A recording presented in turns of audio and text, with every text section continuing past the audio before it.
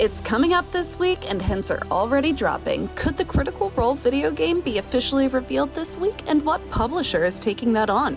Before we dive too deeply into the topic for today, first of all, welcome back to Above the Table, the internet's hub for sci-fi, fantasy, and gaming news. If you've clicked this video, it's because like every other Critical Role fan, you're curious about the video game that was teased in a recently published interview with Rolling Stone, where Travis noted the Critical Role team's active pursuit of creating a video game for Critical Role, stating that fans can officially start hoping for some sort of announcement, maybe around the end of the year, maybe at the beginning of 2025, just in time for their 10-year anniversary. As for the announcement itself, it's not completely out of left field to expect some sort of additional information to come to light for whatever Critical Role game is being crafted this week, as the Game Awards are set to take place just days from now, December 12th.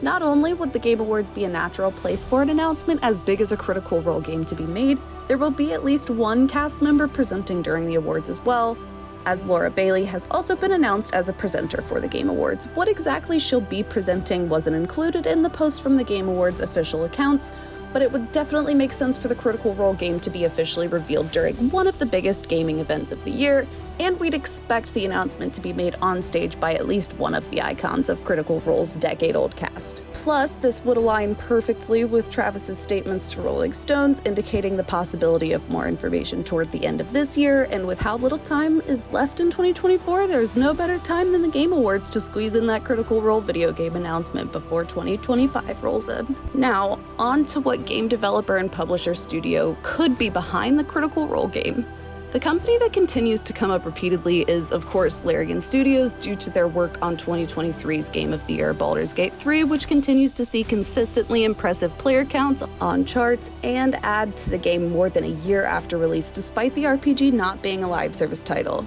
However, Larian did kind of turn heads when they confirmed earlier this year that they wouldn't make Baldur's Gate 4 and that they wanted to move on to not only other worlds, but other IPs as a whole, so considering they've ruled Dungeons & Dragons out of their future, it's incredibly unlikely we'll see a Critical Role collaboration to come out of Larian anytime soon. However, while Larian might be a lot of people's current dream studio for the project, they're hardly the only option, and there are a couple of choices that here at Above the Table we think would also make a fantastic Critical Role game. A new photo has shown that Critical Role's Critmas show had two notable Remedy Entertainment collaborators, frequent Remedy lead writer and creative director Sam Lake, and Alan Wake / Dr. Darling himself, Matthew Peretta.